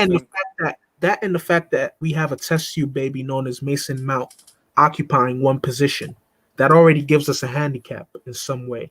And you know what's funny? I think to your point, Marvelous, is that I think people kind of knows that, and I think that one of the best ways to have a good defense is to obviously have a good offense. Because if you have a good offense, the teams are less likely to try to bombard you with their offense because they don't want you to score on them. I think one of the problems is since Chelsea's offense has been lacking even before Tuchel came, it made them more prone to conceding more goals because teams were more comfortable with just kind of soaking up the pressure and going balls to the walls to attack them because they knew that their defense wasn't as good. Which is why I think he plays the three back. Because if you look at because you have to keep in mind the defenders that Chelsea have had, barring like the fullbacks, have been the same since like 2017, right? Would you guys agree with that? Yeah. So if you because I'm looking at it right now. In 2018, Chelsea conceded 38 goals, which obviously isn't that bad, but comparatively. And then the year after they conceded 40. And then Frank Lampard's first season, they conceded 54. Oh my days. 54 goals. And then Chelsea, as of right now, are conceded like 25. And keep in mind, we haven't really conceded that many goals under Tuchel. So it was really more so like 25 in 20 games. So they were on pace to do that again. So I think that defense is probably more worse off than we think it is. And I think Tuchel, that's part of why Tuchel's more comfortable with doing that. Yes, Saeed. Solve this mathematical problem that you see below the screen. 3-4-3, 3-4-2-1, 3-5-2, 4-3-3, 4-2-3-1. Marvelous. It's interesting. Let me because I had a thought in my mind that I wanted to mention, and I'm going to address this as well. You know how you mentioned how with the whole Gareth Bale situation and how much the amount of players that Spurs bought, and you guys with Hazard. Have you noticed that if you look in world football, and Neymar left Barcelona were obsessed about replacing him. I don't know. It seems like Chelsea might be doing the same thing with Hazard. Gareth Bale, same thing with Tottenham. So on and so on. You see many examples, and you see an example like Liverpool. They sold Coutinho. They didn't stress about actually replacing Coutinho. They actually got players that they needed. They needed that would improve their squads, like a center back of Virgil van Dijk and Alisson. The problem, so that's one thing. Addressing this question, what I've learned about Tuchel is that he is a manager that likes to change his formation. One thing I didn't like about Lampard was that he changed his team way too much. He played it got to a point where Lampard was playing a different center back pairing almost every game, and that was very concerning. In a objective view, if I was looking at him, where I'm like, you need a sense of consistency. Consistency builds chemistry, and in football, the teams that usually their starting 11 prior to any game being kicked off, like Liverpool, like Manchester City, are those teams that tend to do very, very well. Yes, I do agree to the fact that Tuchel just arrived at Chelsea, so he needs time to actually, really, really get to know these players and really understand and develop his own philosophy, and hence you might see a consistency about players and formation. But the concerning part is that when he was at PSG, he did change his team up a lot. He did change it up. He did change his formation. He does this a lot. So I don't know. I mean, part of me, with evidence that I have seen, especially with Thomas Tuchel, will tell me that this may be something that's going to continue, regardless how much he's familiar with his squad. There are managers that really do implement and they set out formation and teams to combat the opposition. So that means you'll see a different personnel, different formation against United, then you will see against Sheffield United, and etc. And I feel like that's very dangerous because consistency is what builds success in my. It doesn't build chemistry. Exactly. So I mean, Tuchel seems like a manager that tinkers a lot, and that was a big problem in my opinion with Lampard. So I don't know, man. It's one of those things where like maybe Chelsea fans have to get used to, man. That you guys are gonna have at one point you're gonna have your team play 3-4-3, 3-4-2-1 next week, 3-5-2, 4-3-3, 4-3-3-1. I think you're gonna see a lot of that. You might be very frustrated, but I generally believe that this is Tuchel's football philosophy.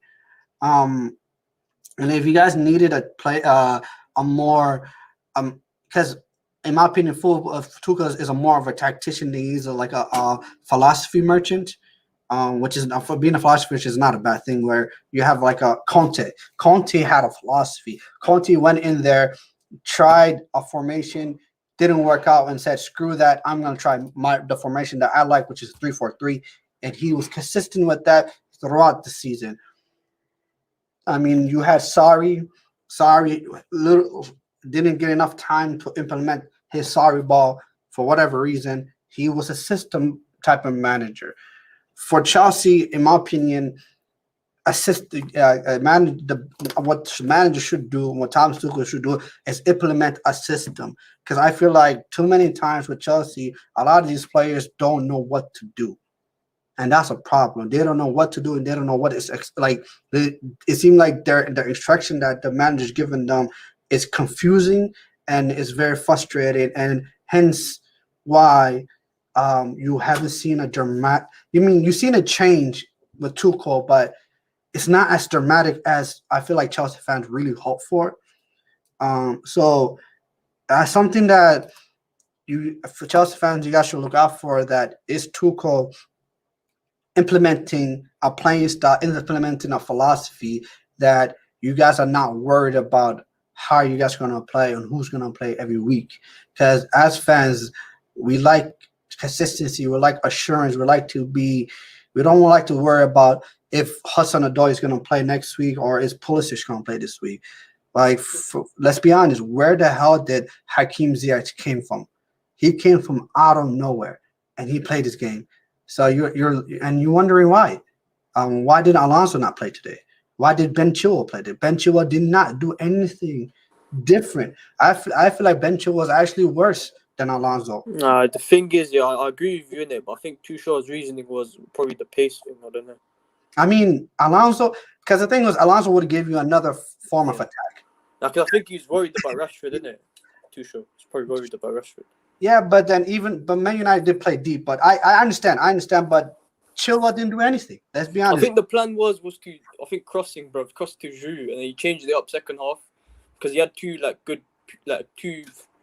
players that could cross like Ziyech, Chilwell. Then he changed it up and did Ed. He wanted to counter you guys, innit? Put Pulisic on to Giroud off, and he wanted to counter you guys. My point is that it doesn't, as every manager. Like, you just had to develop consistency. Even when Ole came mid-season, when we first came as an interim manager, we had a consistent lineup. We knew we had a Pogba, Herrera, Matic in midfield. Then we had a Martial, Lukaku, and Rashford front three. And that did not change throughout. If you come in mid-season as a manager, it just logically makes. You know what? This is the players I'm gonna play with. This is the players that are gonna be on my bench. If anything changes throughout, I'm going to make subtle changes, but not too much, and I'm going to finish the season. Where I feel like Tuchel is trying to do a lot. Trying to do a lot, and there's just not enough time. Because everybody is playing 2 games a week. Midweek game. You just don't have enough time to get anything across to your players, and it's just easier to just keep it consistent. Like Marvin says, that will build chemistry. So it's it is worrying. This is worrying. This is becoming a pattern with Lampard. This is becoming a pattern with Tuchel. It is worrying. And the thing is, Tuchel. The thing is, was something I don't quite understand with Tuchel is like, it doesn't matter who you offend as a player, whether it be Ziyech, whether it be Pulisic, whether it be Havertz, because you are a new manager. Those players should be trying to kill themselves to impress you. Like example, Alonso. Alonso was nowhere to be seen, but I guarantee you that Alonso, as soon as Tuchel stepped into the foot, he busted his ass in training, and he actually was like literally tearing it up in training. And Tuchel was like, you know what? Yep, I'm gonna play him. Same with Rudiger. I feel like it really comes down to like in terms of like Tuchel, it doesn't matter who you offend, whether it be Callum Hudson-Odoi, whether it be Pulisic, whether it be whoever. Pick your team, stick with your team, and you know what? And then you just be better that way. Whoever's gonna be on the bench, it does not matter. Havertz was your most expensive player, and he's on the bench. It does not matter who's on the bench. Just pick the team and stick with it. That's it. It doesn't matter who you're playing, whatever. Just stick with this team, because eventually this team will build chemistry and will be consistent. And that's what you need. In turn, we only have.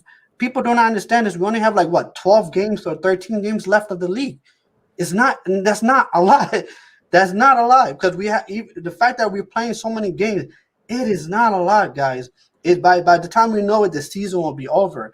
So just finish these 13 games strong. Pick your 11, finish it strong. Rather be Chilwell, rather be Reece James, rather be Alonso. Just finish it strong. But Tuchel's stubborn. He's gonna change it up, and you cannot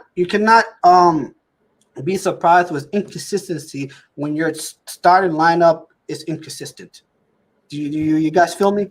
Well said. Well said. Now, guys, we're going into the last 10 minutes of the stream, and I would love for everyone that's viewing this currently or listening to this, if you haven't already dropped a like, please do so. If you haven't subscribed, please do so. Subscribe to the channel. And lastly, I want you guys to send in your questions. Send in any questions that you may have, either through the comments or through the super chat. And I'll read them and we'll answer them on the panel and give you our opinion. I'm going to start going through some of them, but everyone in the chat that's watching, Damien, Vilton, Mo, Varna, SK, send in those questions. And if I forgot to say your name, just send them in. Last 8 to 10 minutes, let's answer those questions. Damien Perez, why is the top 6 games been asked? Well, this is my thing. I think most of the teams in the top 6, and I say top 6 with quotation marks,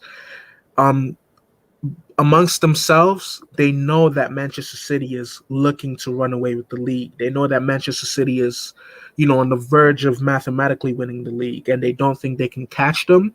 So they're settling, and they're being cowards, and they're settling for top 4. So when they come across a side that's also vying and competing for top 4 like they are, rather than risk getting the 3 points and losing, they just settle for a stalemate. They settle for a draw. They just set up themselves in those games to play very balanced. They don't really attack.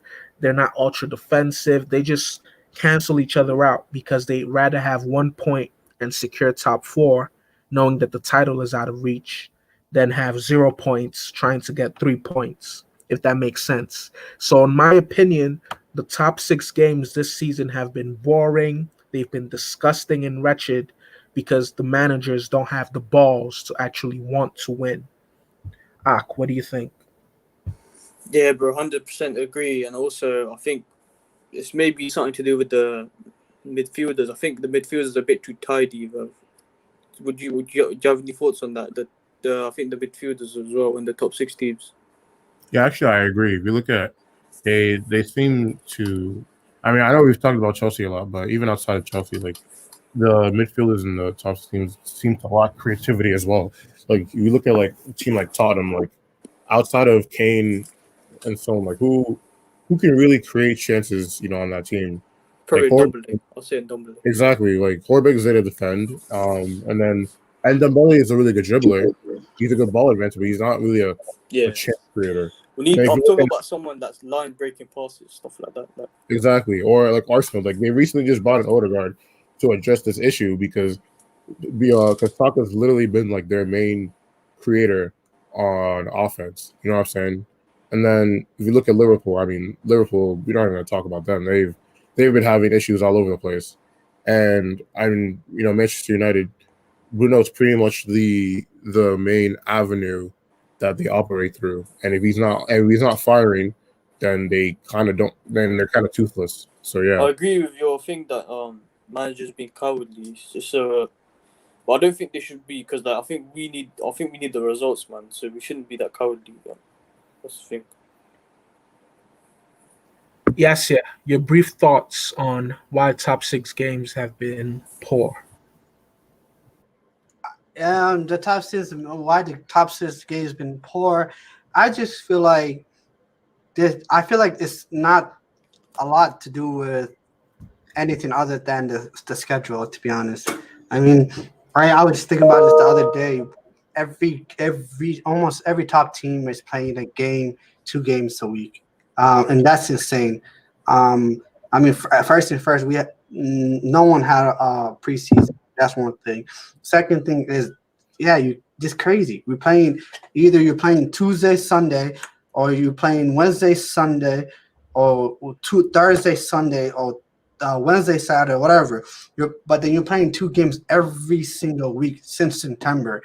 It gets to the point where, like, it just and then a lot of these fixtures are kind of like almost fixed in weirdly enough.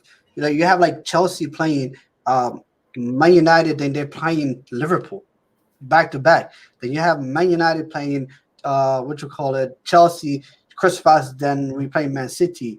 And it's like the way they schedule this, and the way, like, these players are playing way too many games. It gets to a point when the actual game happens, you look at it, you're like, okay, we have a game coming up in 4 days.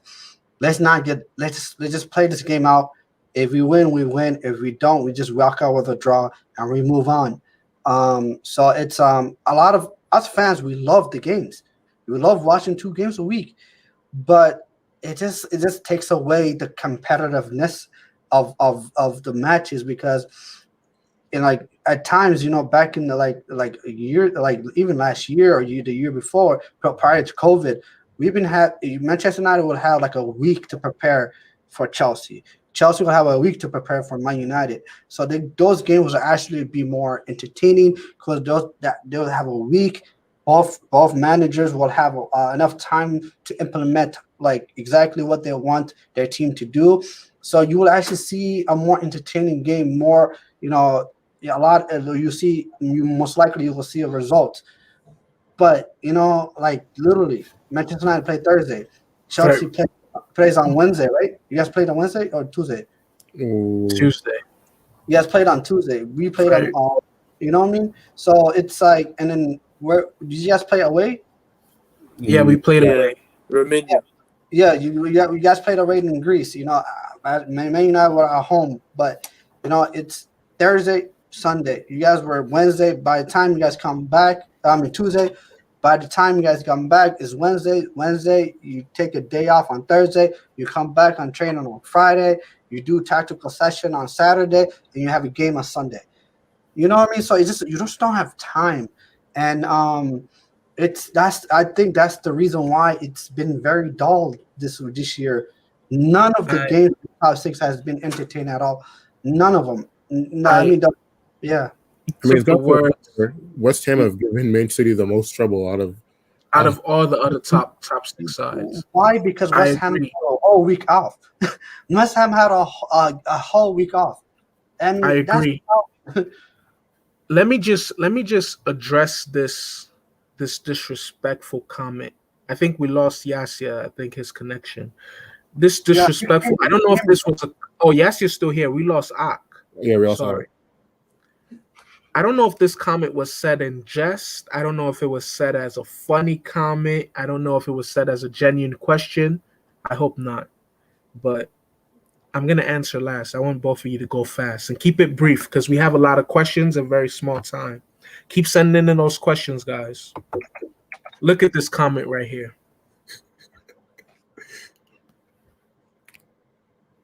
SK, go first. So I think that in terms of like sheer, Wait, SK, you gave this question. yeah, I asked because I would. So you're the saboteur. How? I only asked This because isn't a question. this No question was debate. like popular on Twitter yesterday for some reason. No It was debate. trending. Tell those people to put their Twitter fingers, to soak their Twitter fingers in buckets of ice. They need to just put their phones down and soak their Twitter fingers in warm water with salt. Yes, yeah. Is this a question that you think still needs to be asked? It's an interesting debate. I'm not gonna lie to you. I mean, like you cannot disrespect Arsenal's history. I mean, Arsenal has a big, long history. But Marvelous, Dwelling on history gets you where Arsenal currently are. It puts you in a delusional situation. if I'm being honest though, the reality is that Arsenal had just as much as they have the history. Chelsea's won Champions League, in a way, makes them a bigger club because I feel like if you're going to be a big club, you have to be big in Europe as well, not only in the league. And Chelsea just, in my opinion, surpassed Arsenal in the time period that Roman Abramovich came. Because you guys have one. I mean, still Arsenal has more league titles than you guys, but I know, but in terms of like overall trophies, they only have like 4 or 5 more. yeah. So it's but then the fact that they have the Champions League, Arsenal has never won a European title, like not Europa League, not nothing, and that's the problem. That's the problem. Chelsea, not only that Chelsea have a Champions League, they also have a Europa League. They have 2. So I mean, Chelsea has won everything. So that's something that Arsenal cannot. Oh, now we lost him. We lost them. Okay, let's move on. It's just me and SK riding it out. And then there were 2. Most underrated player at Chelsea in this Chelsea team. Now, given what Jorginho has done since Tuchel came in, we need to put some respect. We need to put some fucking respect on Jorginho's name. Because since Tuchel has come in, him next to Kovacic, he's just orchestrated. He's just in perfect harmony, just been the metronome in which we recycle the ball, in which we keep the ball rotating. Us being able to keep 70% of the ball, 80% of the ball, whatever absurd amount that we have, is injured. Yes, is in great part due to Jorginho. So in my humble opinion, he's been our most underrated player. Underrated and underappreciated. And I know that when he gets pressed, he like fumbles and he's easy to shrug off the ball. But since Tuchel has come in, if we're putting aside the nonsense that we saw in the Lampard, he has been our most underrated player. To be honest, no, let Ak go because let SK go. No, actually, I agree with you on that. I think I never thought he was that bad. I never thought he was bad, to be honest. Even when he first came with Sarri, I think the only problem back then was that his play style wasn't really adjusted to the league yet. And I think that he does really well when he's playing with another center mid that can retain possession, because then it becomes more about retaining possession than having to like stay in a proper position to defend the opposition team. So I think that's why he's thriving a lot more now than he was, prior, under Lampard and even under Sarri to an extent too. Yes, yeah, go ahead. I mean, to be honest, am I being really, really honest with you guys? The most underrated player is someone that's underrated, even to you, Marvelous. You underrate this player a lot. Is no one other than a striker that's on the bench for you guys named Tammy Abraham. I think Abraham is severely underrated for Chelsea Football Club. I feel like there's a very good striker, a Chelsea striker in there. And for whatever reason, Chelsea don't want to actually be patient with him. There's been times where Abraham scored goals that I don't know how he scored goals where it looked like it was a tap in, but he was the only person to react to it. He has a striker's instinct. You guys moan about his movement. I think his movement is brilliant. I just feel like he's not the best at headering the ball. That's just something that I feel like it's not as you guys. I feel like Chelsea fans really exaggerated. I feel like Tammy Abraham can be Chelsea's like a top goal scoring striker for Chelsea. The problem with Chelsea is they just don't create any goals for any of the strikers. I.e., for example, today Giroud, even against the Atletico Madrid game, Chelsea didn't create anything. That the fact that Giroud had to improvise to score a bicycle kick to score, just to even score, no, that's a brilliant goal, but that shouldn't be your only goal. Like, you know what I mean? That was just brilliance from Giroud. Chelsea does not create enough for your strikers, and I feel like Abraham gets really. That's why he's so underrated, in my opinion. I feel it. This guy is a good striker, and Chelsea are gonna let him go, like they did many players, and he's gonna be some good striker for someone else. And Chelsea like, mep. I mean, if we could have been patient with him, but it's the same old, same old. That's who Chelsea Football Club is. They have really good young talent. They just let them go. So. Okay, this is another question. And this question was sent in by Varna. And we need to keep it brief with our responses, guys, but I hope and I pray, Varna, that you're joking with this comment. Oh, I just saw it. This question. Because like Damian Perez said, hell no to the no. No, full stop. I think the answer to this question is or. That's the answer. Would you guys agree with that? Or what do you mean? Like it says, is Mount more like Xavi or Iniesta? I'm just gonna say or because it's neither one of them. Yes, Said, I am lost for words at this question. Varna, I love you. Don't take this the wrong way, but this question has no basis. It shouldn't exist. Yes, Said, what do you think? The problem is, I feel like one thing I don't like about football nowadays, in terms of people's opinion, is like I feel like people like are forgetting how good players used to be.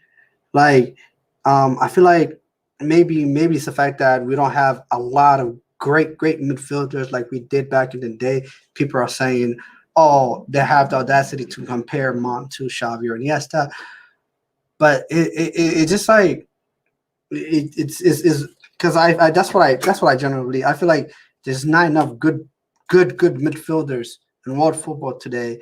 And I feel like people are like really forgetting how good certain midfielders were. I mean, as much as people joke about Ozil at his prime was just a different class. I mean, I don't care what anyone says. Ozil was brilliant. Even today, I still have a sense of, you know what? Let's take a risk on Ozil because I remember how good Ozil was. You know, I mean, like Marvelous, you guys had a player named Mata that used to play for you guys that plays for Man United now. Prime Mata was different. And so I'm not even gonna even mention Xavi and Iniesta because those guys, the way they played football, it was just second to none. I mean, those guys were just second to none. I mean, not to say. I mean, I'm gonna say this: Mount will never be even the same stratosphere of those guys. I don't care what anyone says. I don't care how young Mount is. You just don't reach that level. That's just once in a lifetime generational players. You know, Xavi, Iniesta. They will never be another Xavi, Iniesta. I could categorically say that to you guys.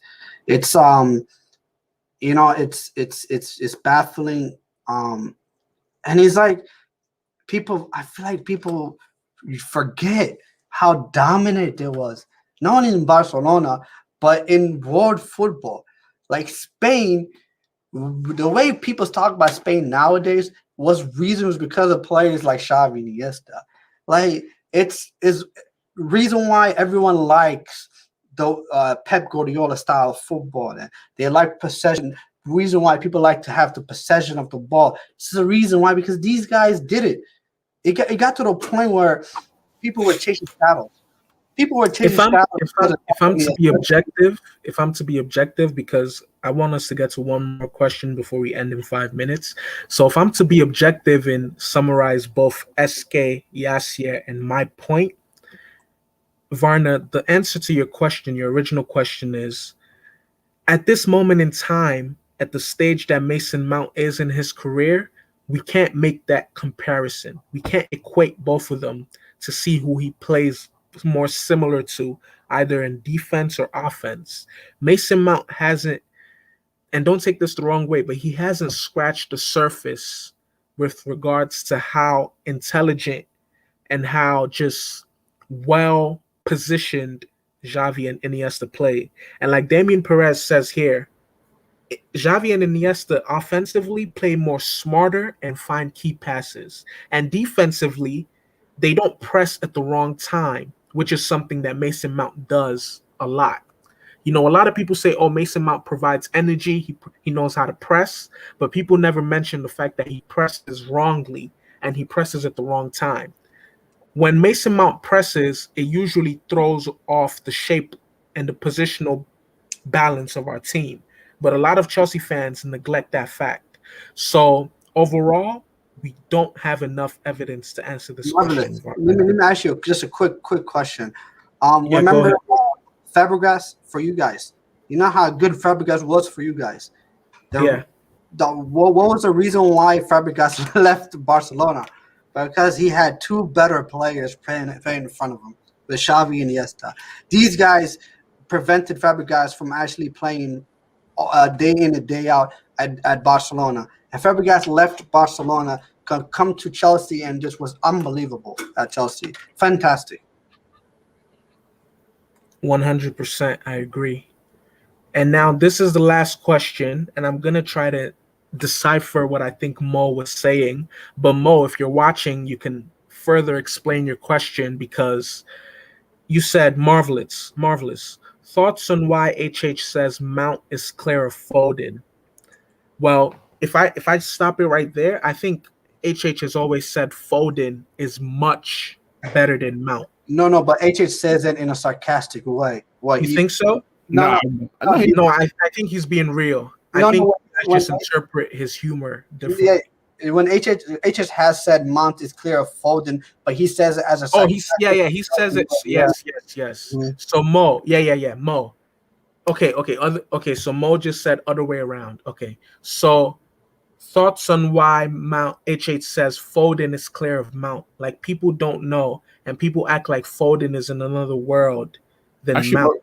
Marcus, I can answer this one. I think people use that to bash and hate on Mount. Okay, so SK, what he's saying is, Why do people don't? people say that Foden is much better than Mount? Why don't people regard Mount? You go first, then Yasir, and then I'll go. I And would let's say try that. to get it on like 30 seconds to 1 minute responses so we can end. I'd say that most people don't really hype up Phil Foden the same way they hype up Mason Mount, just based off what I see in the media. And I'd say that the reason why for that is due to, especially the British media's dislike of Pep. So to kind of, and like Pep is kind of like the final antagonist of the English media. So to kind of hype up one of England's like youngest prospects to come from a manager that the media doesn't particularly like, I think kind of throws a shift off, which is why they don't really hype him up as much. And I think honestly, when Pep leaves Man City, assuming Foden's still there, I think that's when you're gonna really see him be cast to the forefront as like England's best player. That's my opinion.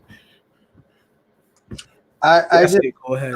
just feel like Mason Mount is a good player, but he's also a player that Lampard really likes. So the English media are really going to hype up Mount. So, I mean, Foden's a better player. Foden does everything that Mount does and better. So I do get it.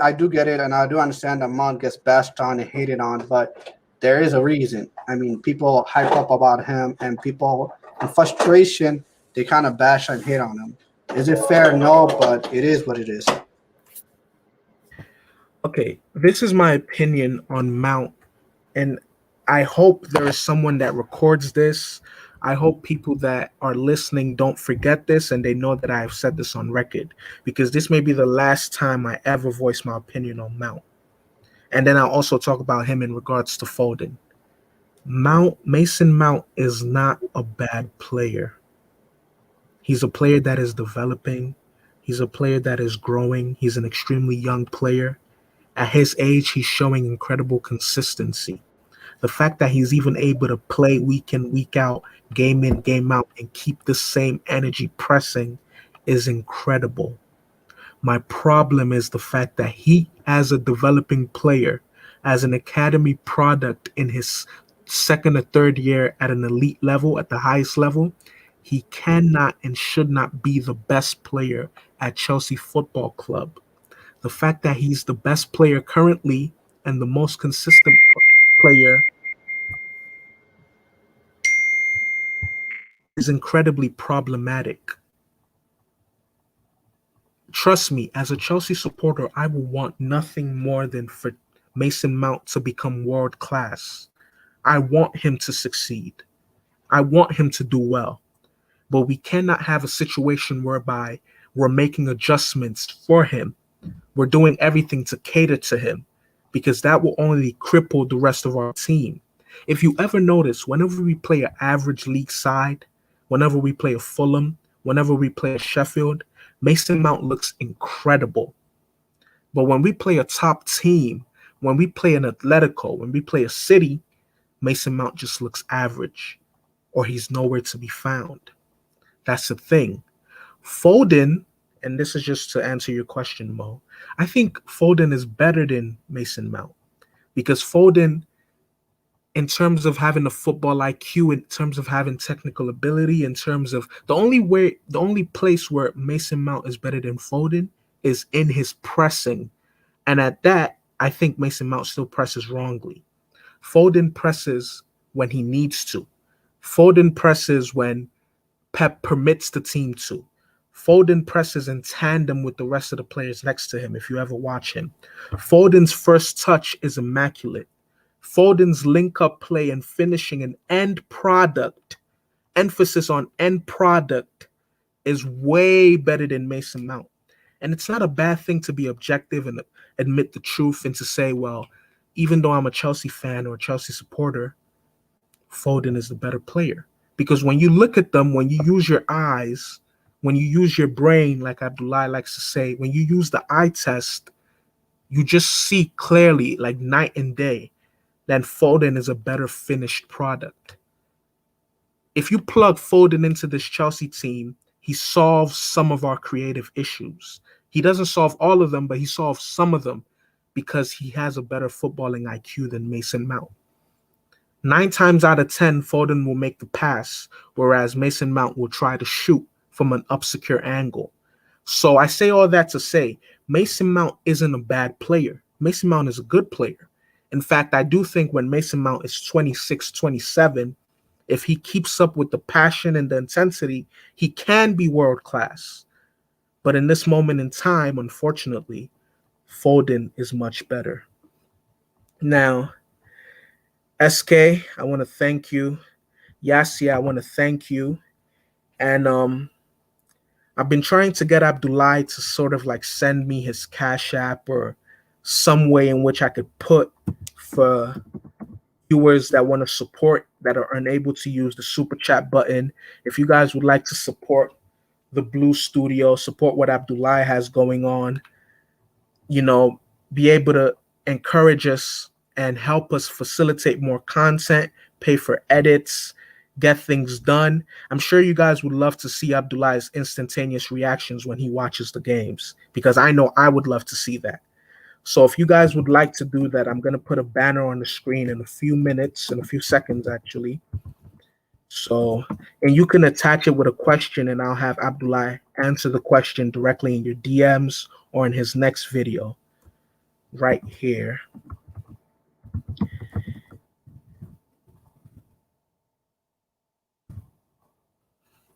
You guys can see the banner on the screen. And if you're still watching, be sure to leave a like, be sure to subscribe, copy the link to the video and share it on Twitter to all of your friends. all of your followers, everyone. And if you have any questions, if you have anything that you want answered, anything that you want addressed in the next video, send something on Cash App, attach your question, and we'll answer it. And if there isn't any other last statements from SK and Yasia, any last thoughts, guys? Just speak your mind. I just want to shamelessly Keep it to a minute. Keep it to a minute. All right, I just want to shamelessly plug in my channel because I make football videos too. Go ahead. So, yeah, I kind of just make it based off, random discussions that pop into my head. So if you guys are interested in that, you can give my channel a watch after you're done with the live stream, and make sure to like it. And that's all I got to say. Yasia, do you have anything that you would like to plug in? My Twitter. Say. I mean, I do have I'm trying to get a YouTube channel up and running, but I just don't have the time right now. But that's for another day. But let's everybody follow me, guys, at Prince_YAZ, Yaz. And yeah, and let's Okay. Yeah. My last thoughts to this before I end the stream, so we all can go watch HH. My last thoughts to this: whether you're a Chelsea fan, United fan, Barcelona fan, Real Madrid fan, you can always come to the Blue Studio to find an objective perspective that will just answer things with no bias, no holds bar, and give you that raw, unedited answer. May the universe bless everyone watching. If you haven't already liked, do so. If you haven't already subscribed, do so. Share the video. And see you all next time. And hopefully Abdullah will be here with us. That was marvelously put, by the way. I love that soliloquy. That was marvelously put. All right, I'll see you guys later. You all have a good one. Peace, guys, everyone. All right, be safe, y'all.